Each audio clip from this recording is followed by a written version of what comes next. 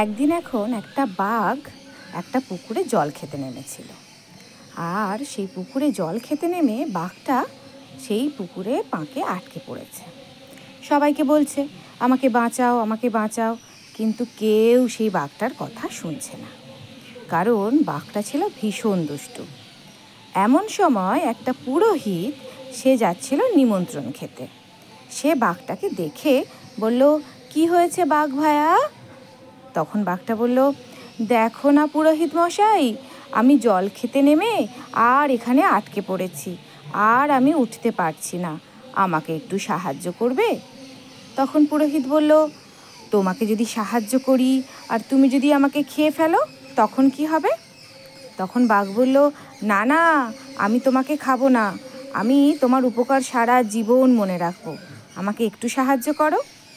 তখন পুরোহিতরা বাঘের কথা বিশ্বাস করে বাঘকে সেই পাঁক থেকে উদ্ধার করলো। যেই বাঘটা পাঁক থেকে উঠে এলো অমনি সে পুরোহিতকে খেতে চাইল। তখন পুরোহিত বলল, এ কেমন কথা? তুমি তো বললে যে তুমি আমাকে খাবে না, আমার উপকার সারা জীবন মনে রাখবে।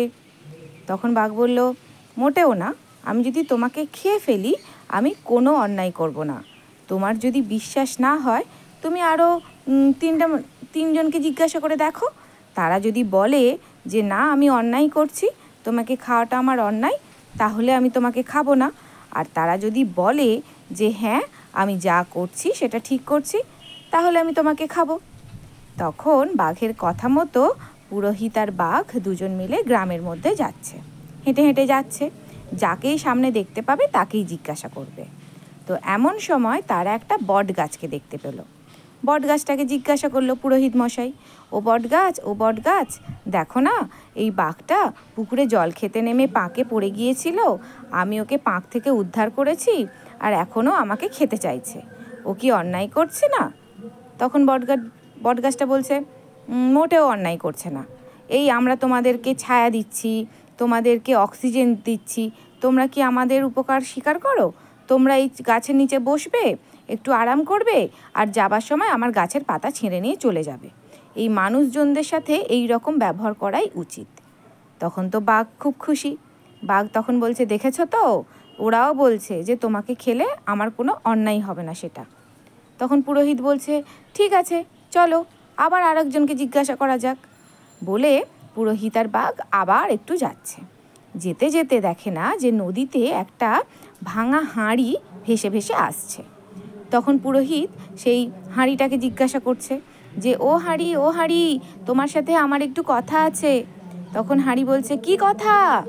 তখন পুরোহিত বলছে, দেখো না, পুকুরে জল খেতে নেমেছিল, পাঁকে আটকে পড়েছে, আর উঠতে পারছিল না, আমি একে সাহায্য করেছি, এখন আমাকেও খেতে চায়, ও কি অন্যায় করছে না? আমাকে খাওয়াটা কি ওর উচিত হবে?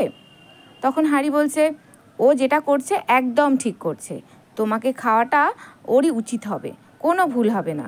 এই তোমরা মানুষজনরা আমাদেরকে ব্যবহার করো, রান্না করো, আর যখন আমরা পুরানো হয়ে যাই তখন আমাদেরকে ছুঁড়ে ফেলে দাও, কোথায় ফেলে দিচ্ছ সেটা দেখো না পর্যন্ত, আমরা মুখ গুঁজে পড়ে থাকি, আমাদের খুব কষ্ট হয়। তোমরা আমাদেরকে ব্যবহার করো কিন্তু পরে আমাদের উপকার আর স্বীকার করো না। ও যদি তোমাকে খায় তাহলে বেশ করবে। তখন তো পুরোহিত মশাইয়ের এবার ভয় লেগে যাচ্ছে যে বাঘ তো এবার তাকে খাবে। বাঘ বলছে, এক কাজ করো পুরোহিত মশাই, সবাই তো বলছে যে তোমাকে খেলে কোনো অন্যায় হবে না, তাহলে আমি তোমাকে খেয়েই নিই, আর কাউকে জিজ্ঞাসা করার দরকার নেই।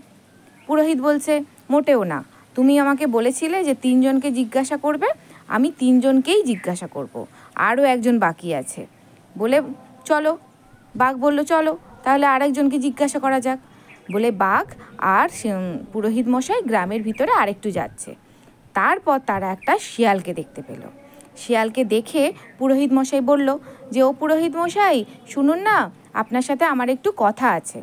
তখন পুরোহিত মশাই শিয়ালকে বলল। তখন শিয়াল বলছে, আমার সাথে আপনার কি কথা?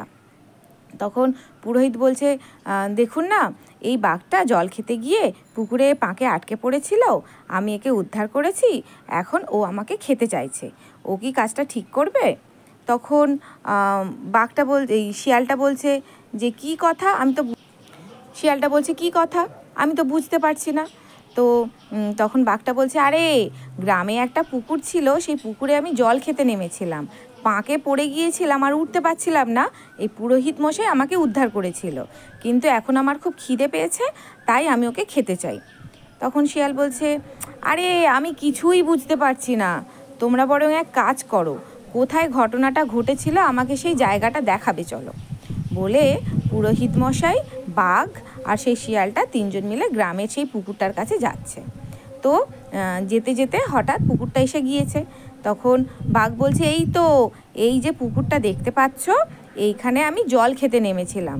শিয়াল বলছে, আরে আমি ঠিক ভালোভাবে বুঝতে পারছি না, তুমি দেখাও তুমি কিভাবে জল খাচ্ছিলে, কিভাবে জল খেতে নেমেছিলে, তবেই তো বুঝবো। তখন সেই শিয়ালের কথা শুনে বাঘটা পুকুরে নেমেছে। শিয়াল বলছে, তুমি ওইটুকু নেমেছিলে?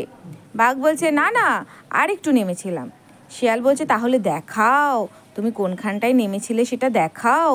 তখন শিয়ালের কথা শুনে বাঘটা আরেকটু নামছে, নেমে নেমে ঠিক যেই জায়গাটায় জল খেতে নেমেছিল সেইখানটায় পৌঁছে তারপর শিয়ালকে বলছে, এই দেখো, এইখানটায় নেমে আমি জল খাচ্ছিলাম, তারপর আমাকে পুরোহিত মশাই এসে এই পাঁক থেকে উদ্ধার করেছে।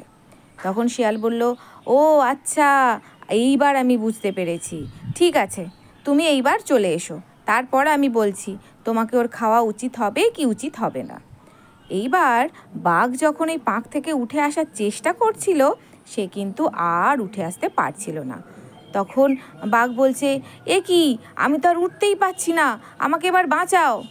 শিয়াল বলছে, মশাই, তুমি যা দুষ্টু আর তুমি যা অকৃতজ্ঞ, তোমার ওই পাঁকেই পড়ে থাকা উচিত, তোমাকে আর কেউ ওখান থেকে উদ্ধার করবে না, তুমি ওই পাঁকেতেই পড়ে পচে মরো।